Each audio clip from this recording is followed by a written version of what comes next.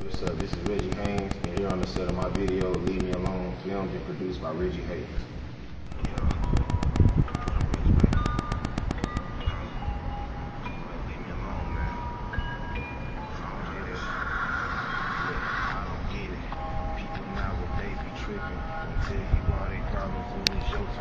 They don't want to listen, know when you stressing. Shitty job got you missing payments. You far away from home where your grandmother is dying. They think that you lying, just a way to get some attention. They make you feel like you just go. Action. Yeah. Young Rich, baby. You better leave me alone, man. I don't play that shit. Look. All I told y'all, leave me alone. Man, y'all better be gone. Yeah, just leave me alone. Why you steady talking? Just leave me alone. Yeah. When it's over, do that same thing and turn that way. Just leave me alone.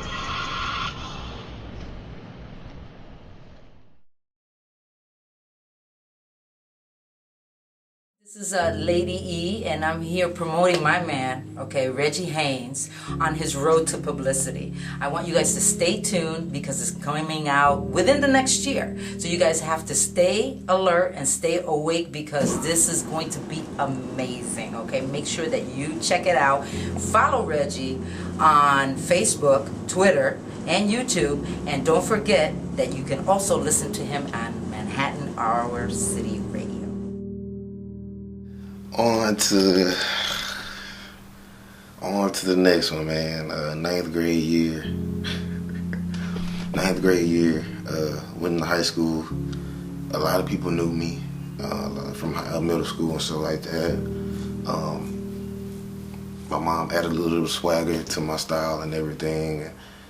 Fixing my wardrobe a lot. And I was the shit again, man. I was the quarterback of high school. Ninth grade, the school was new, didn't have a varsity, but I was the ninth grade 18 quarterback. Everybody liked my mechanics and everything.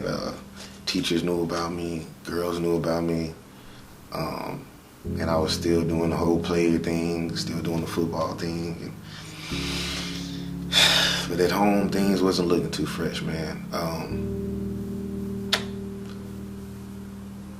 Had my little sister, man. She's one of the best things that ever happened to me. Her dad wasn't right. Had we not gone through that or lived through that, then we wouldn't have had our beautiful princess, or we wouldn't have had, each other, because that's what we actually had. That was the first father figure that I ever had. I never grew up knowing my father, my biological father. And then this guy was the first one. He's always been around. He's always loved my mom, and he was always a boyfriend. My mom, they got married, decided to have a kid, and they did. First time it didn't go well.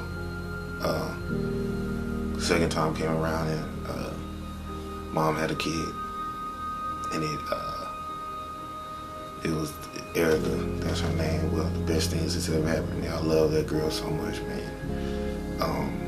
Every time I see her, just a light comes up because that's my heart. That's my everything. But again, her dad wasn't right. He had the mentality that money is power. He makes the money. He's the man of the house. He threw money in our face. He abused us, man. He abused us. He didn't ever put his hands on me. At times we have got face to face.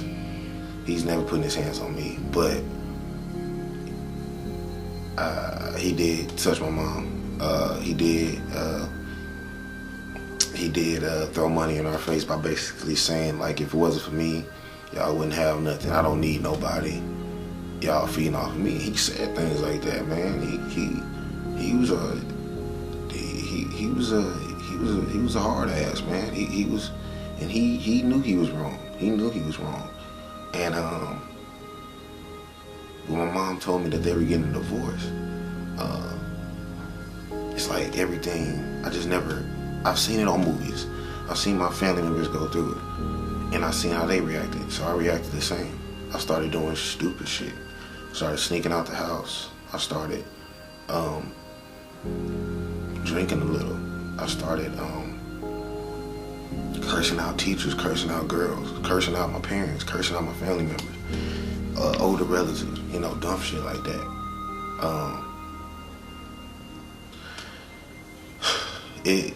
It was tough, man. It was very tough because it's not supposed to be like that. You know what I'm saying? It wasn't supposed to be like that. I thought that somehow he was gonna change. My mom thought that her father figure was supposed to be a dude that throws the ball with his son, hangs out with his son. We never did that because it just felt weird. Because from the start to finish, he never did that. So why change now? And the hole that he dug was so deep. I don't think that there was a way to get out of it. So a divorce was the best thing. He tried to turn me against my mom. Tried to tell me that she was a cheater, that he didn't do anything wrong, and I got in the middle of it, and you know, that was the first scar that broke up me and my mom's friendship, because me and my mom grew up being so close and so tight and best friends, and that was the first snap. It didn't snap all the way, but it was a little crack in the friendship stick, and my mom was very hurt. She was very hurt, and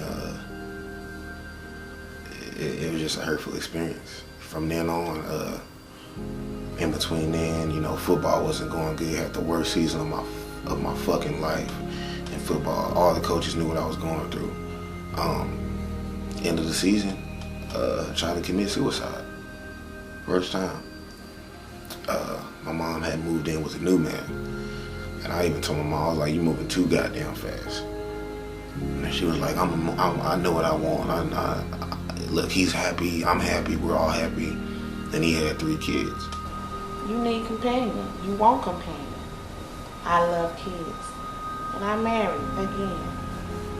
And I fell in love again. And I helped him raise 3 beautiful kids, you know. And the one thing that my baby couldn't understand is that everybody wasn't raised the way he was raised.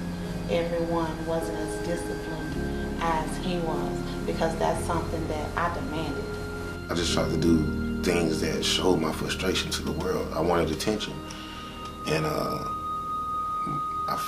told my mom, I was like, man, you moving too fast. And she was like, no, I'm not. And we stayed with them.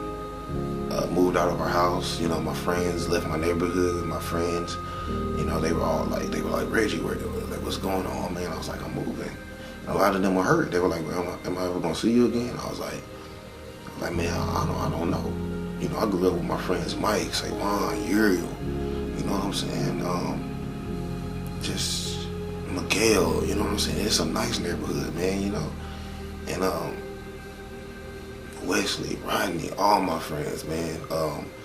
Even some of my exes was hurt. They were like, man, you really leaving? And I was like, yeah. The candy was getting bad anyway. The school was getting bad, my high school. And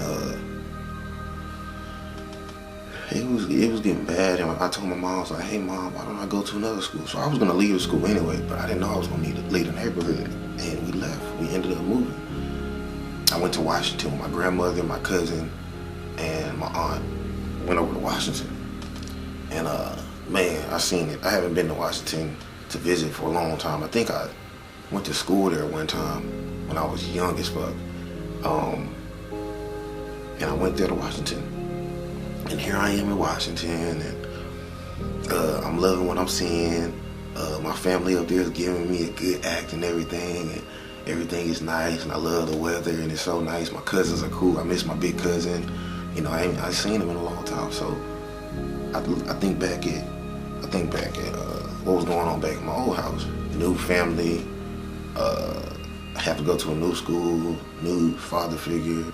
My mom in this fucking maze that we're not even best friends no more because she felt that she needed a man to love, and I felt like, you know what, if you need a man to love, you don't need a son to love, because I'm not going to share my heart with somebody that I don't know, that I don't even think that you know fully. So it was a few days before we were supposed to go back home to Houston, and I was in my room, and my aunt was like, "What are you doing?" And I was like, "I'm staying." And they all sat down with me, talked to me. It was like, "Reggie, man, you tripping, man?" I was like, "No, I'm not." I was like, "I'm staying." And everybody was like, "Okay." It was like, okay. So they talked to my mom. Mom didn't like it one bit. She was crying and all this and all that. Everybody else wasn't happy. My little sister, she was always, my mom told me that she was always like, "Where's Reggie? Where's Reggie?" My mom used to lock the door to my old room so my sister wouldn't get in there, because every time my sister would go in there and look, she would be disappointed that I wasn't home, that I wasn't back yet. And yeah, man, I decided to stay in Washington. And I must say that I had a lot of shitty moments in my life, but that had to be the worst of the worst. Deciding to stay up there rather than return home.